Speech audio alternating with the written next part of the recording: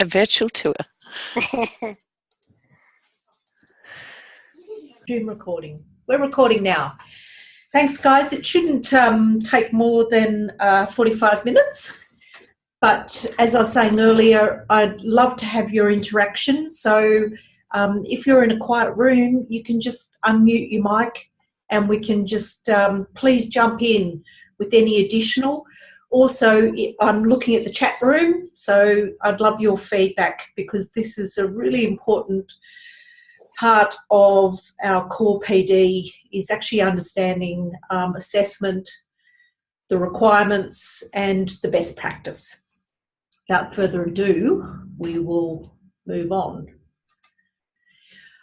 Okay, so we're in the VET sector, so we are dealing with competency assessment. We're going to cover off marking assessments, what are the requirements, feedback and feed forward. We're also going to just run over the challenges of the current rubrics and what we're moving to and how that'll work. So in terms of the difference between VET and higher ed in terms of assessments, Laura, what would you say is the biggest difference between the two?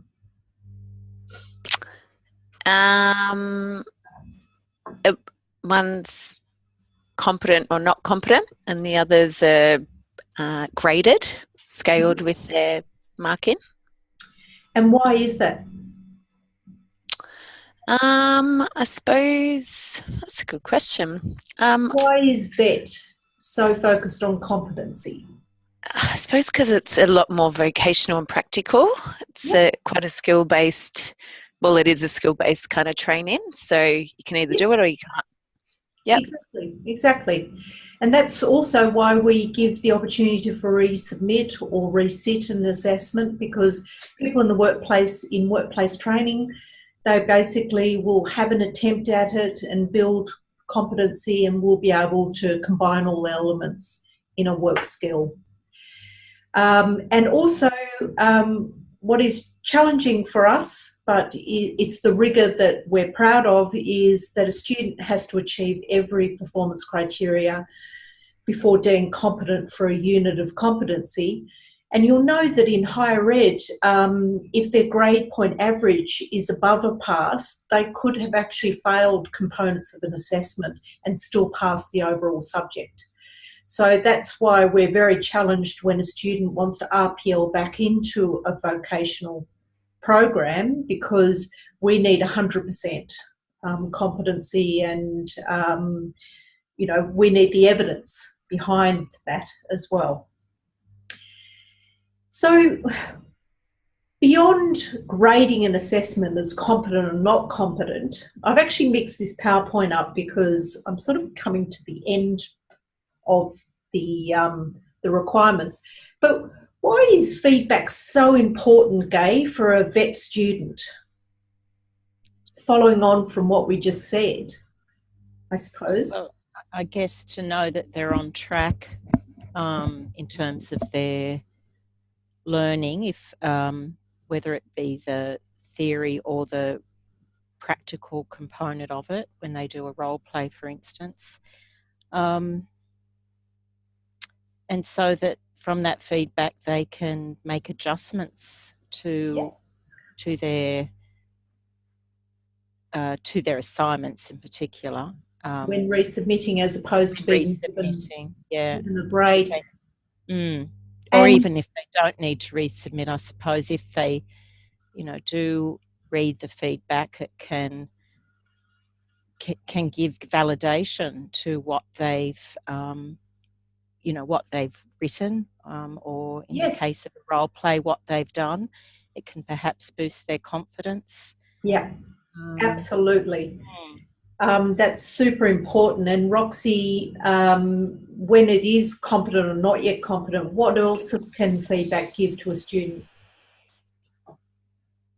Well, I think feedback is where they do most of their learning, actually. So it's one thing to have content in the class space, but really until they've applied it, own it, and then get feedback on what they've done, I don't think the learning gets fully embedded. So I think the feedback's probably the most important component of content that we actually ever give a student.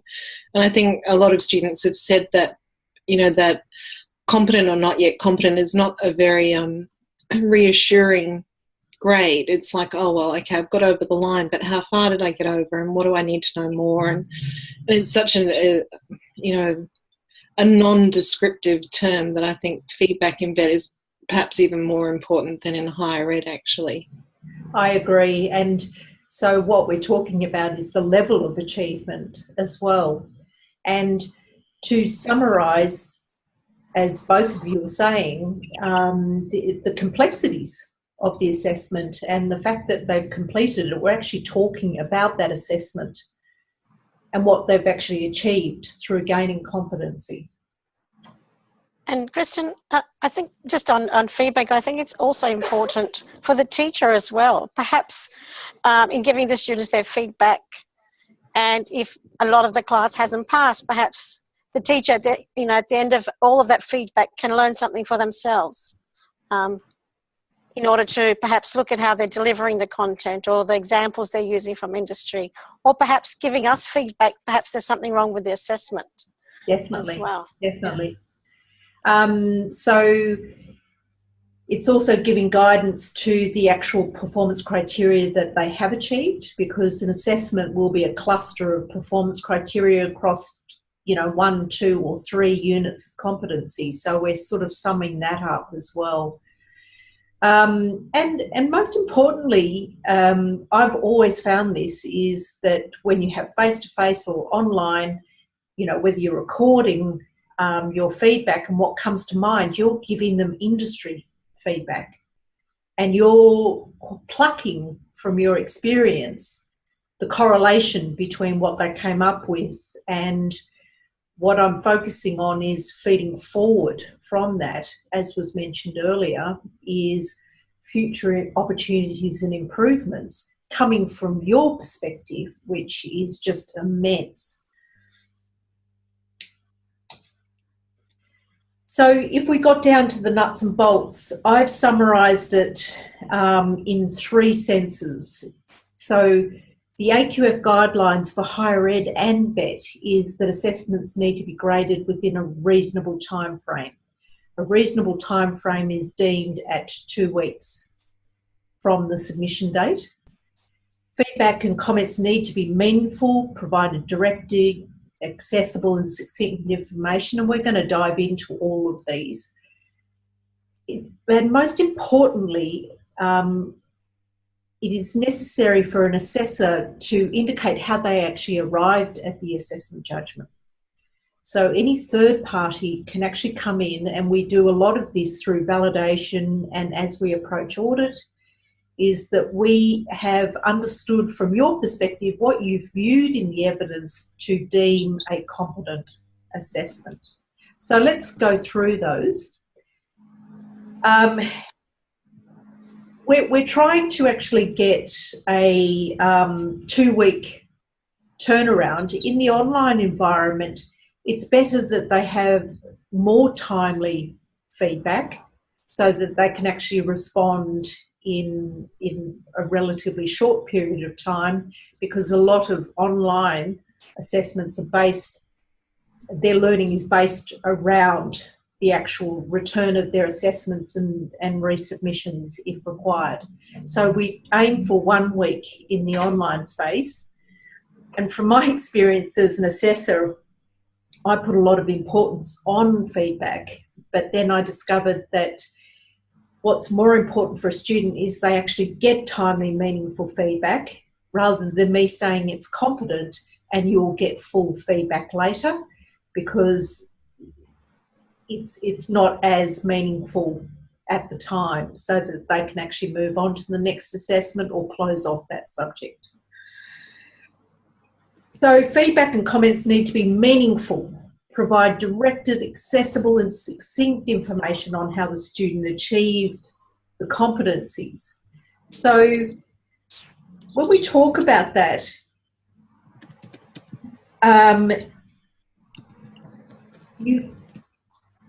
you need to understand from a student's perspective that what is meaningful feedback actually talks to the actual assessment and how it relates to the performance criteria.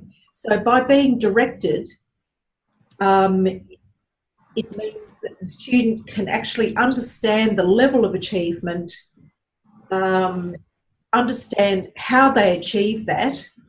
And a lot of educators can spend a lot of time trying to encourage students and remark on their behaviours in the classroom and their enthusiasm and so forth, but is still meaningless unless we're actually talking directly to that assessment.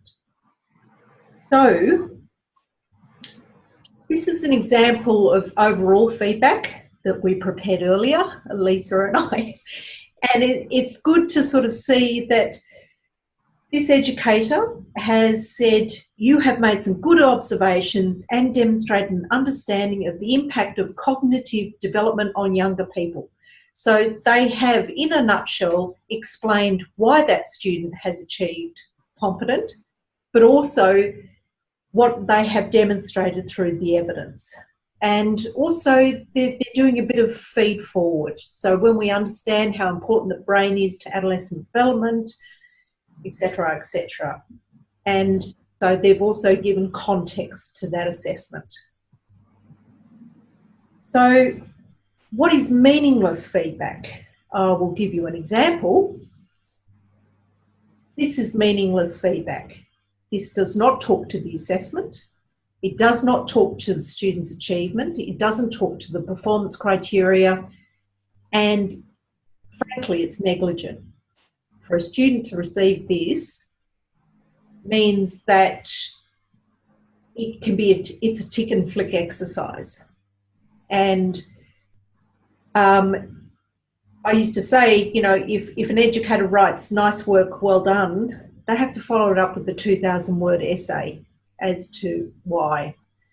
So our students have dedicated a lot of their time and money to attend these programs, and if this is all the response we can give them, then they would feel very deflated and not encouraged to move on.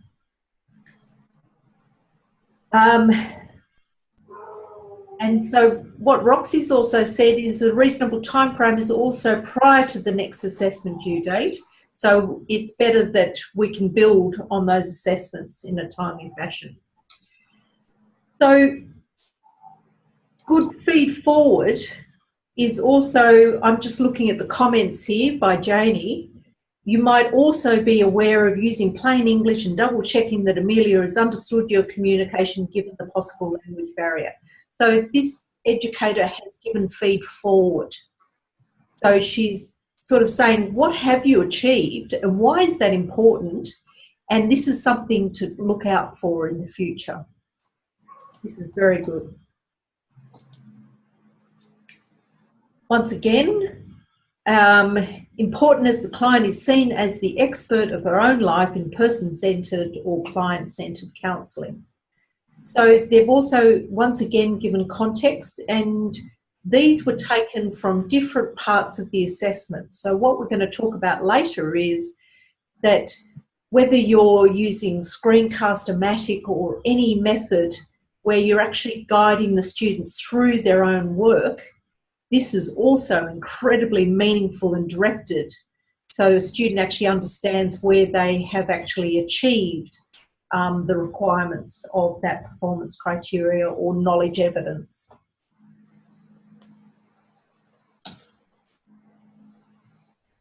Also, even if a student has achieved satisfactory for this assessment,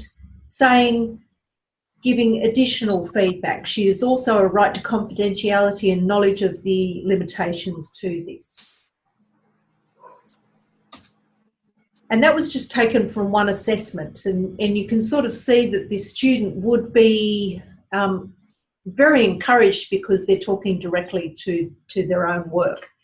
So this is an example of a non-satisfactory feedback. that is also very succinct. And what we have to explain to our students is that we celebrate missteps in assessments. So resubmissions are not a bad thing. They're actually building on their knowledge and understanding. I remember one of my students, and she was a fantastic practitioner, and she was really taken aback by having to repeat an assessment. And it was very clear. I just pointed to, industry standards and so forth. She went back out and she just came back and said, wow, I've just learned so much more about this area just by going out and repeating it. And, I would never turn around and say, well, you kind of got it half done and, I know you're a good practitioner, blah, blah, blah. It was so important that she actually understood that particular area well. So in giving an unsatisfactory, in these marking guides, in the present ones and the future ones, we're actually able to look at a particular criteria and give feedback on that particular criteria, so a student, when they're resubmitting, isn't having to do the whole assessment again with some vague esoteric comments about how they have met it. So this is very strategic and pointed, that they've almost done the, shall we say, the shit sandwich analogy, that they're saying, you've provided some good points about the area that were confirmed by, statistical mapped information. You also provided a good list of non-government services, but only listed 2 and 3 were required. And with the new marking criteria, we're going to sort of explain to them very clearly why 3 would be required as opposed to 1 or 2. And also this educator is relating back to the feedback that they've actually given on the work. So this, I wouldn't call this double handling, it's just given somebody very good guide as to how to resubmit. Once again, this is a different student, different educator. This is a great start. Please note my changes to help with clarity of your responses. Can you please specify what the word limitations is referring to under the subheading my limitations are? So I think this might come back to Simon, you were talking earlier today about spoon feeding, but even if we are giving feedback in response to the performance criteria, so, and you can use the language from the performance criteria to say why this student hasn't met it, which would be better than actually telling them exactly how to fix the assessment and what to put it under. So these are the current marking guides, and I just wanted to put it out to you, and I'm actually going to ask one of the VET team, because you've had a bit of experience with this. Miriana, what are the challenges of the current marking guides that you can see here? You're on mute. You're on mute. It doesn't really specify exactly, like in question 1, what you specifically need in order to achieve that competency. Yes. It says an overview and history of solution-focused brief therapy. But what are the actual points of that? Yeah, so what does good evidence look like? What are the specifications of good evidence? Laura, can you see any other challenges with the current marking guides? Let me open it up.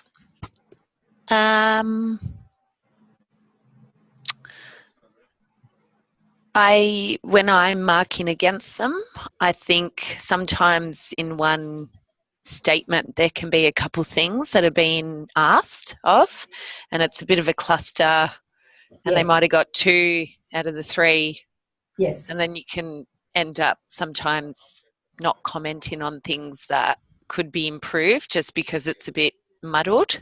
Yes. It's not as clear. Yeah. So what you've got here is 2 parts of an assessment lumped in together and some very generic statements around that. So when you're saying there are different we have two submission components. So one is a practical and one is a short report style. So these are very different assessment tools, and you would have criteria underneath those as well. So that when you are responding to what you've observed, you are not speaking to a generic statement. What else from anyone that you find is a challenge with this particular marking guide? Well, when you look at the, sorry, go Marianne.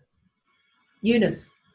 I was just going to say, when you're talking about a theory like a person-centered counselling skills, there's a lot there to cover, and I don't think that question allows or clarifies what they want the students to cover there, because you can't just say, have you used the person-centered counselling skills?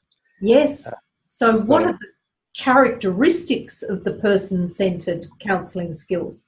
So this actually came up in our internal audit, with an external consultant, which is internal, is that observation checklists it is not a tick and flick exercise, especially when you're doing complex skills such as a counselling session. Is you have to define what you're observing, what are the kind of characteristics.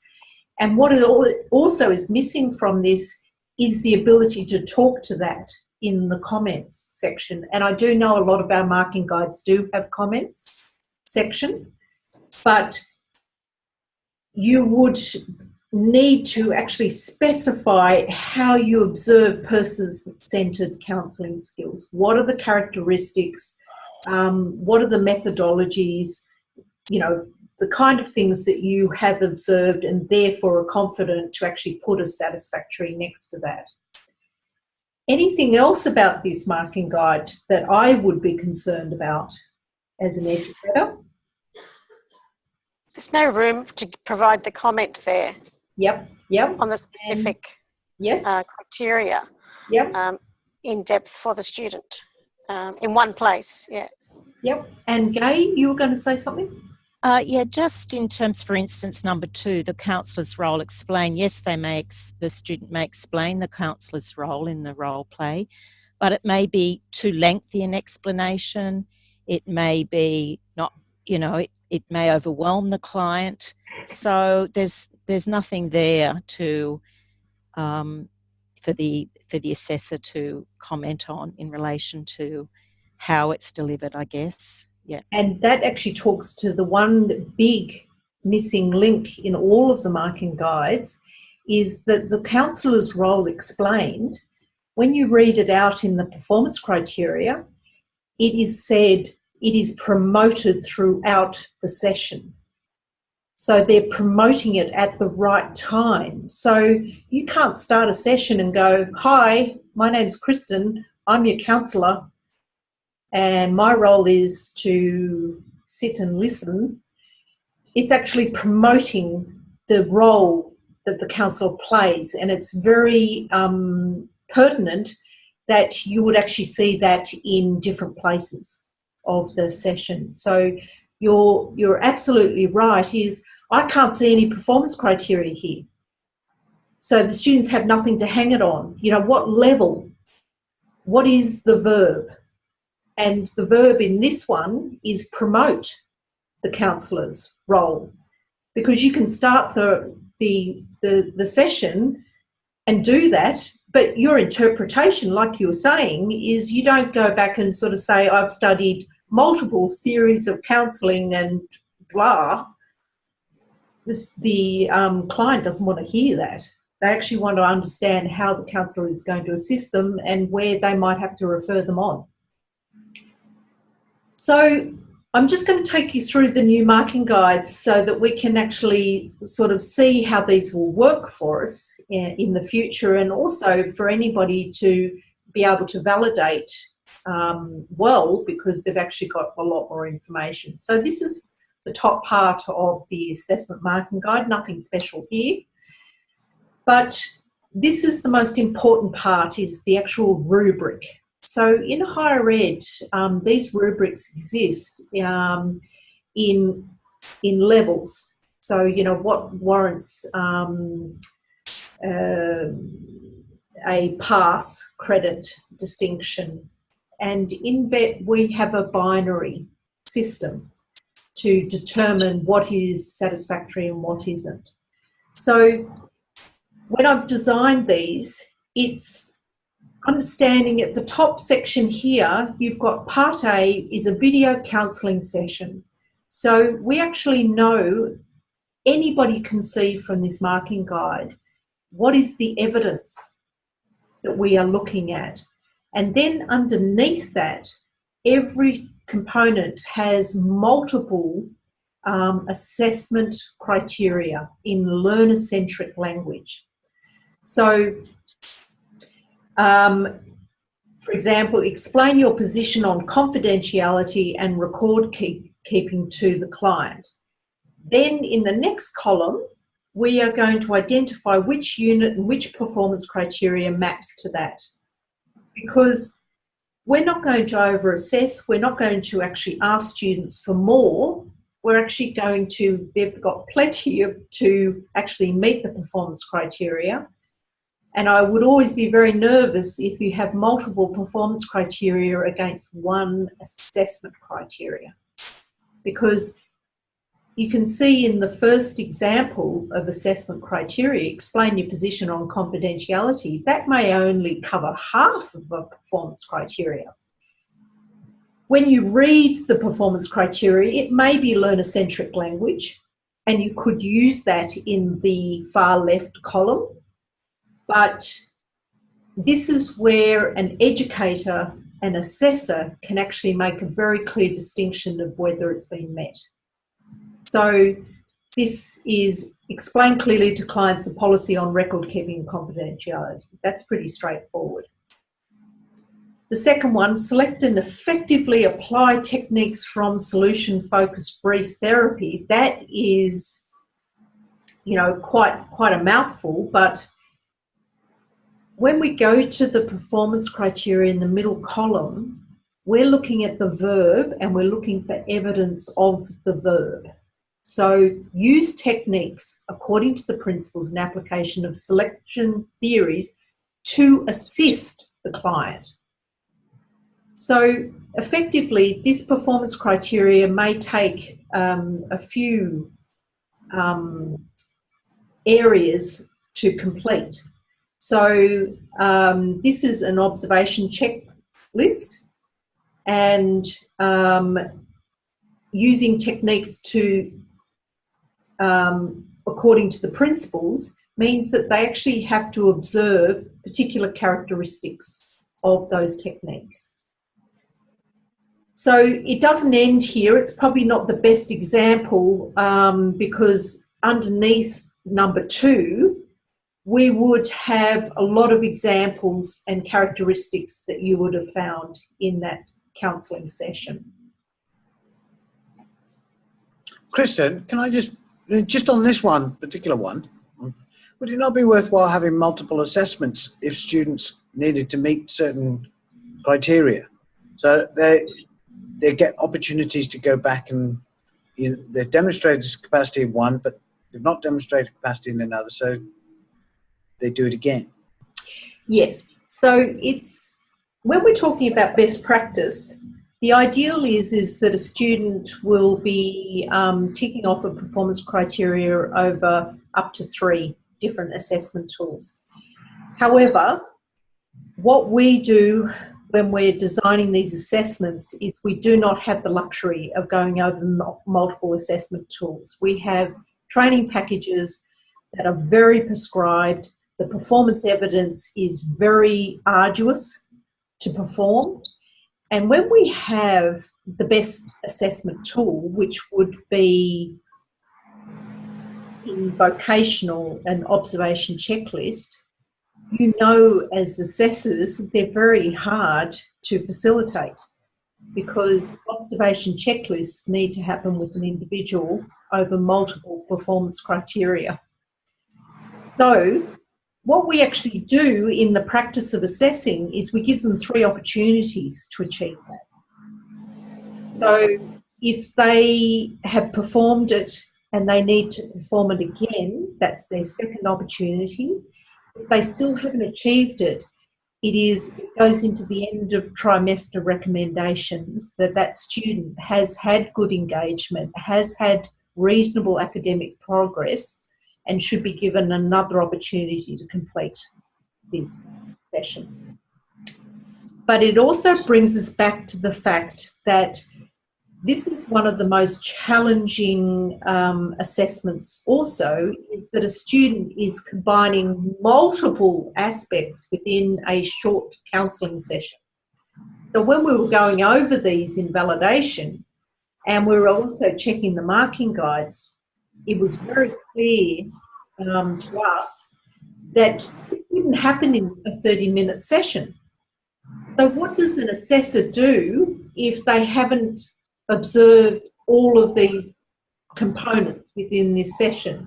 Say, for example, a client didn't present a particular issue within that counselling session. So this is where these marking rubrics are able for us to actually go back in and target question those students in almost like a case study approach post-video or post-workshop, so that we can actually say that we really didn't see techniques in the plural, for example.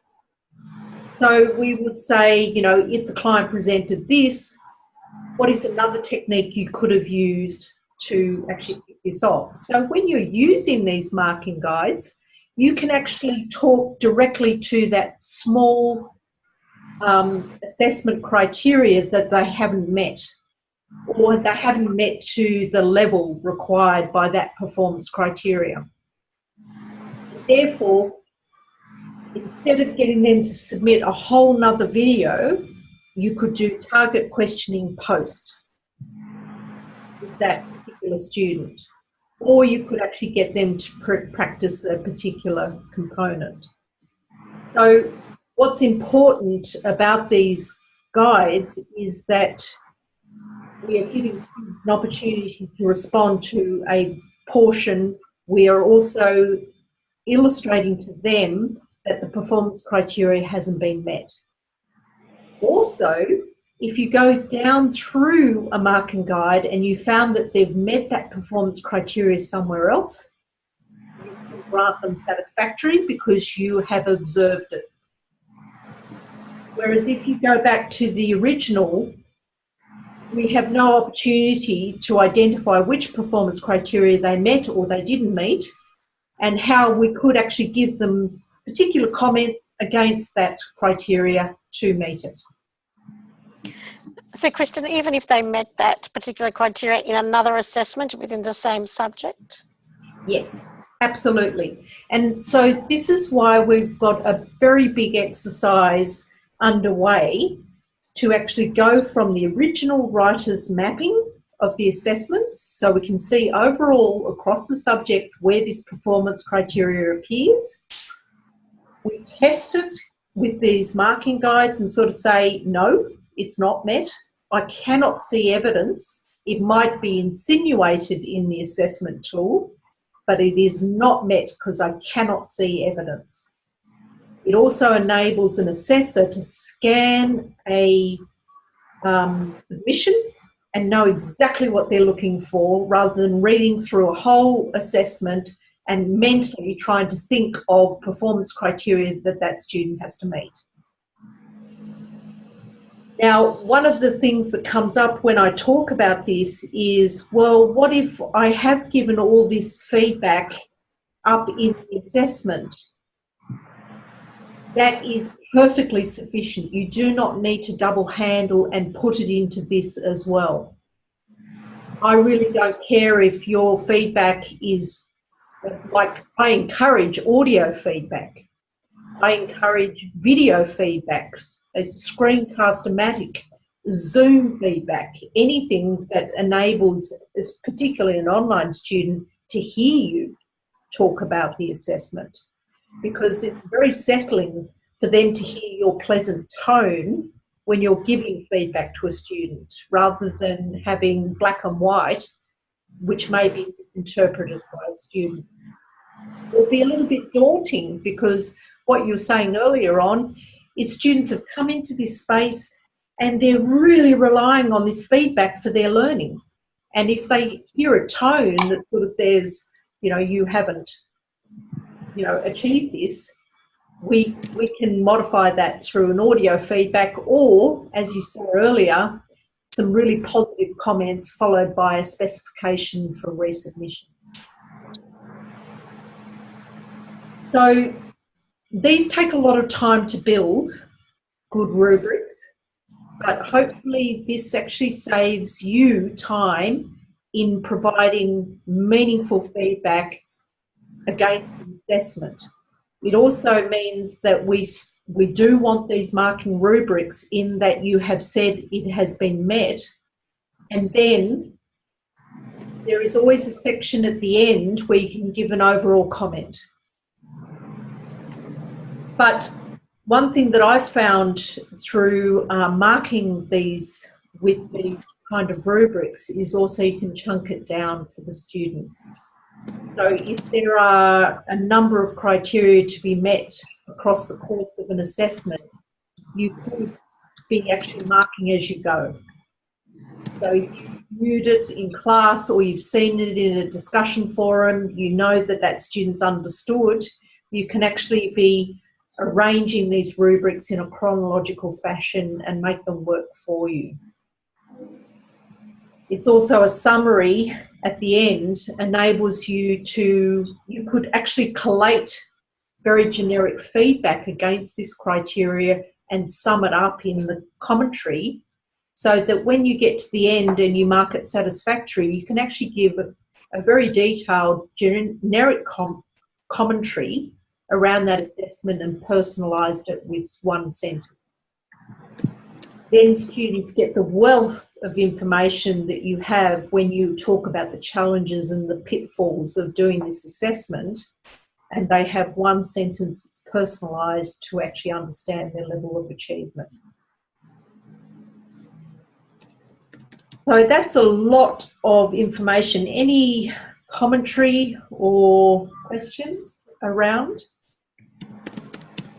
Kristen, I have a question which has always been a bit vague for me and probably not so relevant right now, but was certainly an issue last year. In terms of resubmission, what's the time?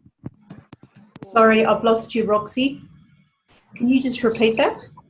Yeah, so in terms of if a student is not yet competent and needs to resubmit an assessment, and you've given extensive feedback, what's a reasonable time frame to attach to that resubmission? It's like any supplementary assessment is you have to deem what is the time frame required by the level of a resubmission. So one thing that is they have had one unsatisfactory submission and then it's held over to the end of trimester, quite often it's a lot better to shortcut it and combine a number of resubmissions into a short piece. So if it's extensive, then you have to allow for a time frame to achieve that. But we also have to be very practical about the fact that if they have to start from scratch, we actually really have to rethink that assessment brief. And it's quite easy to tweak the brief to meet that component of the assessment without having them to take all the steps that lead up to it. So that's quite a lengthy reply, but one of the reasons why we do this professional development is that if you have a marking guide like this and you have the performance criteria, you know exactly what hasn't been achieved, and you can make that decision about how to get that evidence without having to start from scratch, with an assessment and a process. you're looking at that succinct part of the process that they actually haven't achieved. So what I used to do for students is they had a range of briefs that they could tackle in personal interest, but if they had to resubmit, I would take the fastest track to there, which might be quite dull for them, but it meets the needs of a resubmission or a supplementary assessment. Yeah, it's just some of the scenarios that I've experienced have been where students don't check emails or check their results for sometimes days, if not weeks. Yep. Or also are very clearly not competent, never will be competent, but there was at one time a pressure to encourage the student to resubmit multiple times to get them over the line. So I'm just wondering what the goals are now. Yeah. I've been trying for a couple of trimesters to introduce a better academic progression policy. And I don't think it's that hard. It's just that we need to give students boundaries, and not checking us emails is no excuse. So when I talk about the end of trimester, it's contingent on their engagement with the program. So we don't just keep giving people alternative assessments another opportunity to resubmit and resubmit because they haven't bothered to engage with us. So this is going to be brought back in to a time frame, and this is actually underway. By the end of next week, it's already official that we have to bring these time frames back in. And what it means for educators, it's a very simple template that you issue to any student that has missed an assessment. It gives them 1 week to resubmit. There are consequences for missing that due date. They get another opportunity. If they don't submit, they have to wait till the end of trimester where we can gauge their engagement. I've introduced this over 2 providers, and it is acting on the principle that we do not nag. We engage the engaged. We give every opportunity for students to succeed, but it's much better that we actually outline down tools, keep going, we'll evaluate it at the end of trimester. Because at the moment, we're releasing results at the beginning of the following trimester. And this is just not fair on educators who are sessional, it's not fair on students, and it's not fair on our team chasing stuff up without any end date. We need to give boundaries to students because otherwise they do disengage and then we can't bring them back into the fold. So watch this space. If I achieve it before T1, it'll take a trimester for you to settle into it, but it means that this will be written at the bottom of every assessment. So you're just pointing to the policy around that, and we give them, like Elisa's here, and she will always work with students within a framework that enables a student that is engaging with us to meet those deadlines. But at the same time, we have to say, you have to meet us halfway. With this. That's very reassuring. Thank you, Kristen. Well, it's something that I'm passionate about, and, it fills people with fear that these students won't cope. Well, actually, they cope very, very well because a lot of them are coming from secondary school where the teacher doesn't go, yeah, look, 2 weeks, okay, I'll wait for it, and then the front office is ringing them and saying, are you going to submit? Could you submit that assessment? Do you mind submitting that assessment? I don't think that would have happened. My children didn't experience that. So we are bringing them into a space where we have no shame. We offer them support.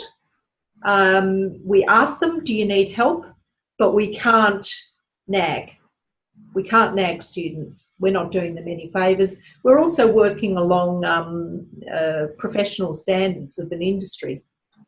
So I used to say from my industry, you would never be hired again if you missed a due date. They wouldn't contact you. You just never would be hired. So you know, we're doing the same.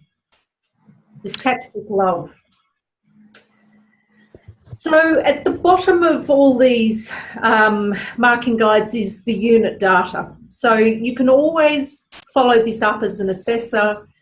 If you have performed something outside of the assessment criteria, you can always mark it off at the bottom of a marking guide to sort of say, yes, this performance criteria was applied to this assessment and I actually viewed it somewhere else. And that's it for the presentation. 5:04, we haven't done too badly. Are there any other comments, questions around that? No, that's good. Hand up, Eunice. Great. That was Good. That was good. That was really good. Yeah, we had to move away from the old marking criteria. That's just, I remember marking a counselling subject, and I'm like, I guess she performed it. I think she did, because well, it doesn't say she didn't talk about that or that. Yeah, she passes. You know, They were vague. They were vague, and every teacher interpreted it in a different way. Yeah. So we never had any consistency. Yeah. For students either. And I think those involved in validation know that only too well. And also Elisa's nodding because, you know, working with students without a clear guideline for assessors meant that there's a lot of double handling for students, and students also don't understand the assessment criteria. They're not given any context around it. All right, so go forth and assess well. I have a question, Kristen, before we run. We're meant to follow this PDF with some questionnaires and to demonstrate understanding. Can you tell us where we get links for that? I missed the beginning of the first session, so I'm not sure if that was mentioned. No, and I could get a link. My link wouldn't work to answer some questions, I think, for the first one.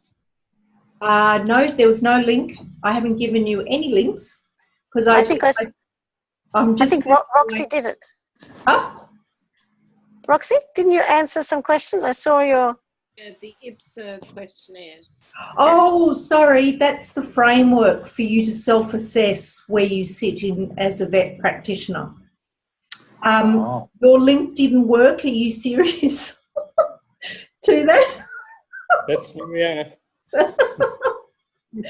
She's dyslinkic. Is that a word? Yes, so there is a quiz following, Simon. I'm just moving away from multiple choice because it's not demonstrating any understanding of this sort of content. So I'm basing the quiz around VET Practitioner Framework so that you can actually sort of say, yes, you know, I understand, you know, what's important. I mean, those three criteria, meaningful, timely, and assessment judgment, underpins everything that you do as an assessor. If you've met those through any methodology, because remember that these marking guides are marking guides. They're not controlled documents. They're hopefully to help you to speed up the assessment process, give really meaningful feedback to a student, and also guide any student through a resubmission by identifying exactly which performance criteria they have met for that assessment. It doesn't appear anywhere else. All right. Thank you. Thanks again, and we'll catch you soon. See you guys. Okay, take care, guys. Bye. Thank you. Have a good one. Bye. Bye.